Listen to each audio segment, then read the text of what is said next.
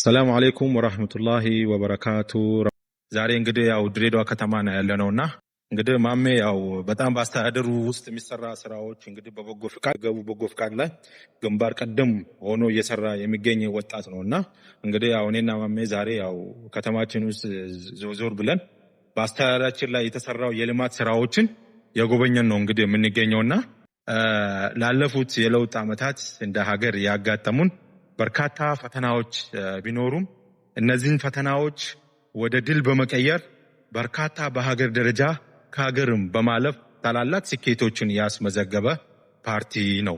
በአስተዳደራችንም ደረጃ ፓርቲያችን ከለውጡ ማግስት የለውጡ አመራር በክቡር ከንቲባችን የሚመራው የለውጡ አመራር የህዝቡ የሰላም ጥያቄዎች የልማት በአጀንዳው በመቅረጽ ከወትሮ በተሻለ ሁኔታ የመለሰ ይገኛል ክቡር ከንቲባችንና እኛም እንደ ድሬዳዋ ወጣት አደረጃጀት ክቡር ከንቲባችንና መላው የካቢኔዎቹን እናመሰግናቸዋለን ማለት እንፈልጋለን።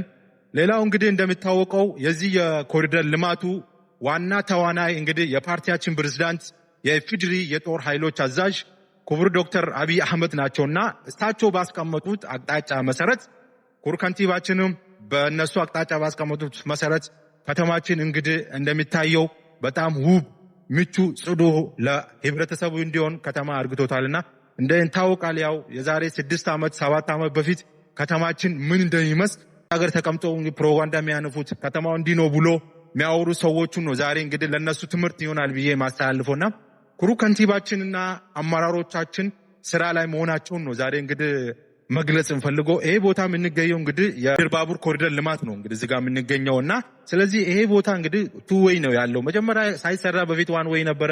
እዚህ አካባቢ ምን እንደሚሰራ ይታወቃልና ስለዚህ ከለውጡ ማግስት እንግዲህ ክቡር ከንቲባችን ብዙ ስራ ሰርቷል እንግዲህ ከና አመራሮቻችንና እኛም እንደ ወጣት ይሄንን ለማስተዋወቅ የምፈልገው አመራሮቻችን ከወትሮ በተሻለ ሁኔታ በከተማው ላይ ብዙ ስራዎች የሰሩ ነው የሚገኙትና ስለዚህ እኔና ጓደኛ ማሜ እንግዲህ ማሜ ሁላችሁም ታውቃላችሁ በአስተዳደሩ የሚሰራ በጎ ፍቃዶች በማስፈጸም ላይ ግንባር ቀደም የሆነ የሚገኝ ወጣት ነውና ሌላው በልማት በኩል የተሰራ ስራዎችን በማስተዋወቅ ግንባር ቀደም የሆነ ወጣት ነውና ስለዚህ እኛም ዛሬ ከተማ ላይ የተወሰነ ቦታ ሄደን ስለ ከተማው ውበት ስለ ከተማው ልማት የተሰራ ድሎችን ልናሳውቅ እንፈልጋለንና እንደምታውቀው እንግዲህ ፓርቲያችን በመደመር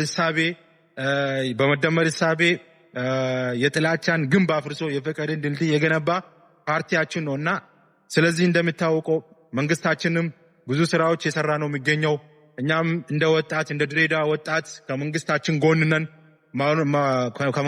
ጎን ነን ማለት ፈልጋለሁ። ለድሬዳዋ ህዝብም ለድሬዳዋ ወጣትም ማስተላለፍ እንፈልገው እንግዲህ እኛ የድሬዳዋ ወጣት ይህን ከተማ የተሰራው ልማት ስራ በጣም ጥሩ ስራ ነው የተሰራው። ስለዚህ ሁሉም ወጣት አስተዳደሩ ጎን ቆሞ ይህን ልማቱን ሰላሙን መጠበቅ አለበት ብዬ አስባለሁ።